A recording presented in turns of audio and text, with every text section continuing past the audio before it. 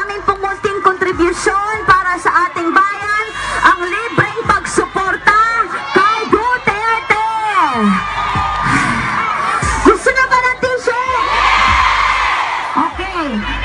Kasi ang sabi sa amin, bawal iba to. So, ang gagawin po namin, ipapasa namin. Pwede po ba? Sana, ipasa natin yung mga t-shirts hanggang sa likod. Pwede ba natin gawin yun? Okay.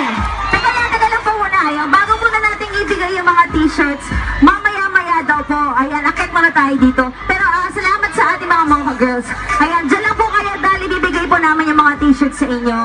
Pero gusto lang po namin, sabihin po sa inyo, dito tayo mga Mocha girls, gusto lang po namin sabihin sa inyo kung bakit kami nakikiisa sa inyo sa pagsuporta kay Duterte. Alam po ninyo, linggit po sa kaalaman ng iba, ako po si Mocha Uson. Dati po ako naging OFW din po sa Doha, Qatar. Nagtrabaho po ako doon bilang OFW, bilang isang singer po sa isang banda. Kaya po, ramdam ko po ang inyong pangungulila sa inyong mga pamilya. Ramdam ko po ang magpasko at magbawang taon na malayo po sa ating mga mahal sa buhay. Ang magkasakit po ng walang nag-aalaga. Kaya po, hangarin po ni Duterte na bigyan po tayong lahat, ang bawat isa po sa atin, ng magandang oportunidad sa ating sariling bansa. Na magkaroon po tayo ng ating mga sariling negosyo para hindi na po tayo malayo sa ating mga pamilya. Tulad na lang po sa Davao, 72 hours lang po, meron na po kayong permit para magtayo po ng inyong munting negosyo. At yun po ang gustong gawin ni Mayor Rody Duterte sa buong Pilipinas po. Pangalawa, bakit po ba namin sinusuportahan si Mayor Rody Roa Duterte? Galit po kami sa gobyerno. Sino po sa inyo ang galit sa gobyerno? Sino po sa inyo o ang mga pamilya nyo ang naging biktima na po ng karahasan sa ating bansa? Galit po kami sa gobyerno, galit po ako sa gobyerno dahil po ang aking ama ay nagsilbi po sa gobyerno bilang hukom, bilang judge po sa Pangasinan. At meron po siyang napakulong na malaking sindikato doon. At dahil po doon, ang tatay ko po ay pinatay. Dahil po, ang sindikato na ito ay protektado ng mga politiko. Hanggang ngayon po, matapos po siyang barilin, hanggang ngayon po, ilang taon lang nakalipas, wala pa rin pong hustisya. Na ang sakit po, nagagalit po ako dahil ultimo ang isang hukom, judge, nagsisilbi na sa gobyerno, hindi pa rin po nabigyan ng proteksyon. Paano na po yung ating ordinaryong mamamayang Pilipino? Paano na po tayo? Paano na po yung mga mahal po natin sa buhay, ang ating mga kamag-anak?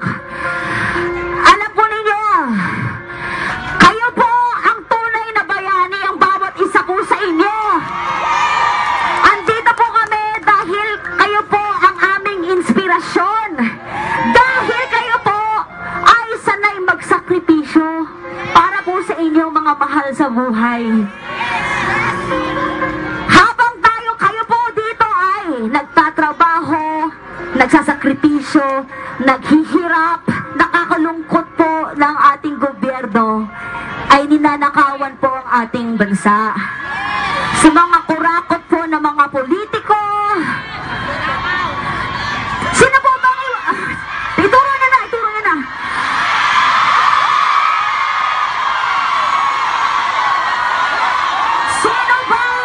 Sino ba ang puro na lamang salita sa gobyerno?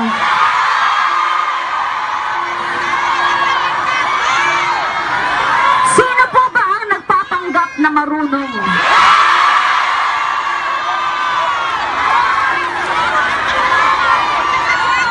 Sino ba ang kumakain ng kanin sa baso?